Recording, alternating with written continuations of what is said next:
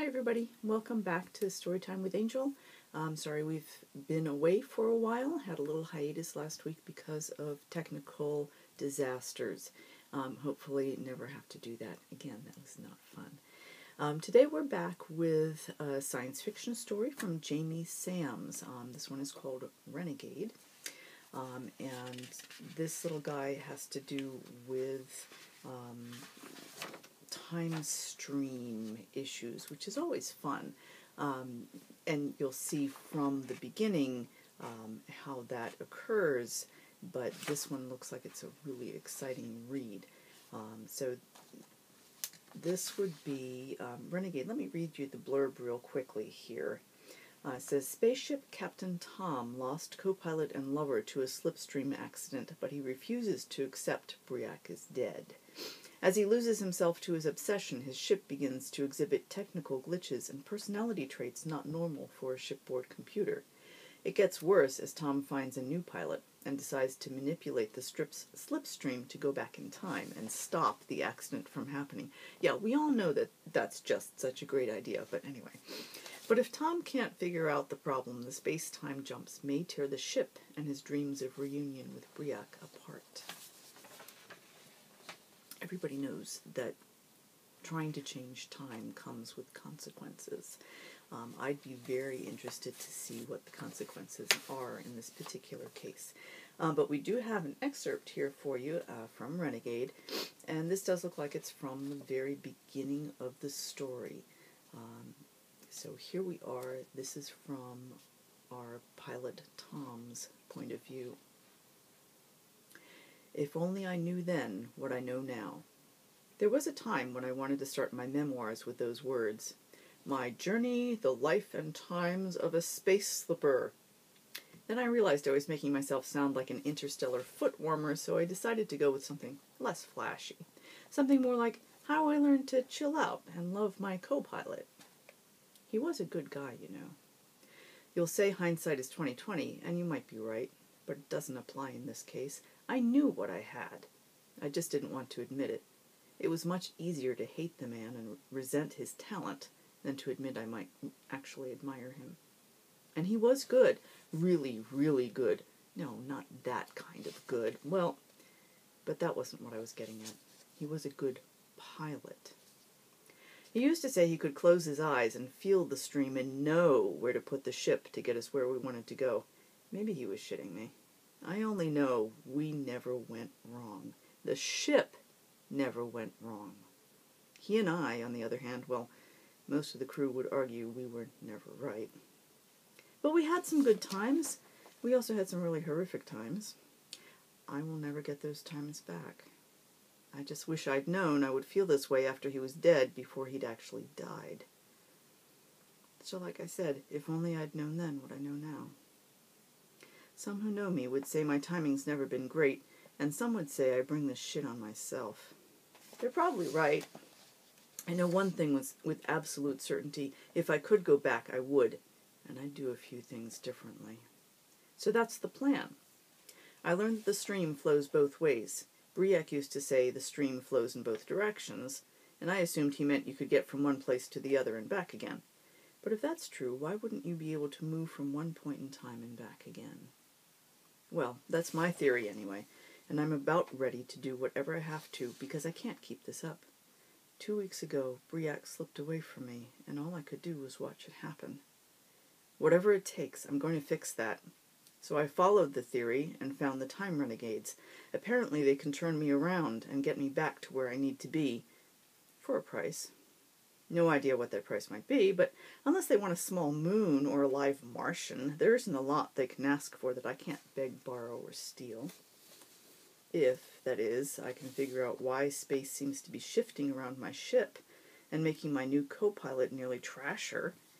During the last shift into the slippery streams that let us mere mortals slide from one place in the galaxy to another, a stream convergence made him drop out and back off his original calculations. I mean, he literally backed the entire ship about 80 light years, almost into Tran 47's, better known as Dog Patch's, third moon.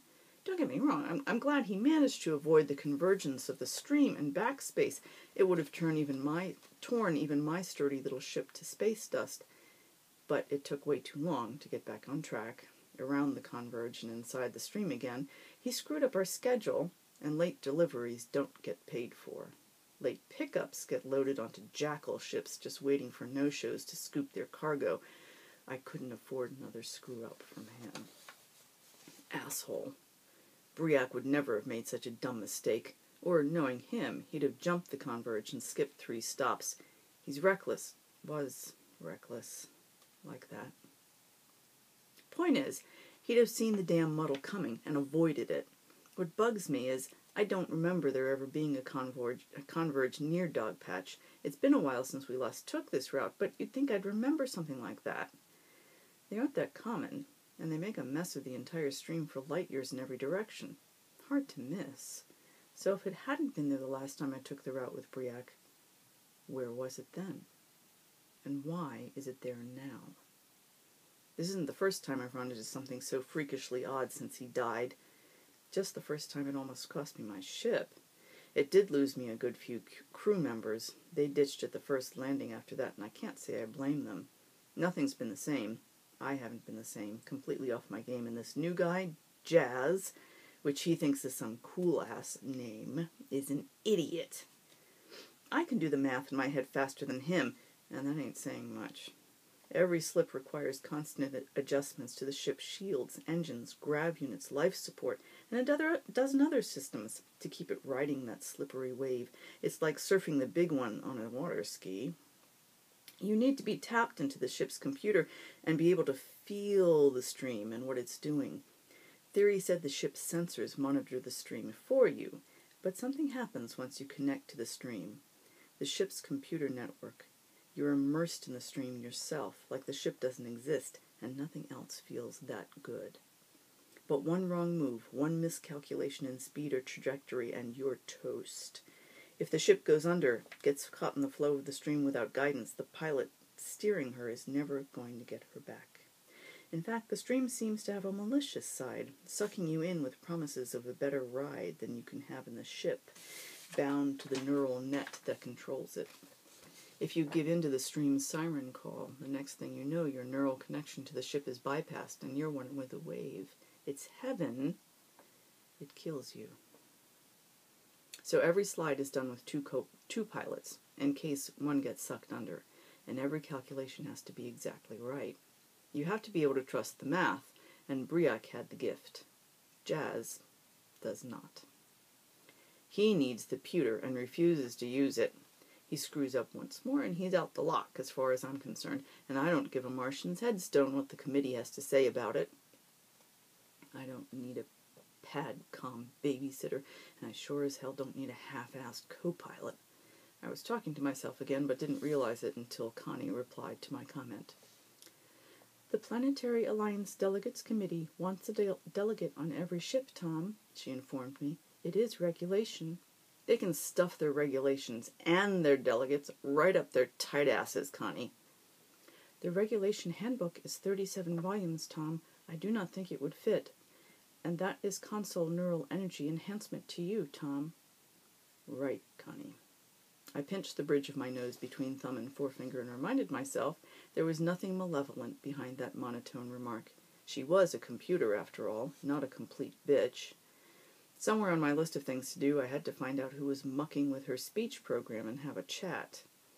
Can I have that star chart back up, please? I really need to find out where that convergence came from. Only if you promise to stop talking to yourself, Tom. It makes the crew nervous. You're a computer. What would you know about nerves? It is a well-known fact that when spacemen begin to lose their nerve, they begin talking to themselves. Many of the crew mutter under their breath, Tom. It is worrisome. Well, don't you worry about me, little darling. I've got nerves of steel and never had much sense to lose, so you're in good hands as always. Briac never came within light years of backing me into a planet, Tom.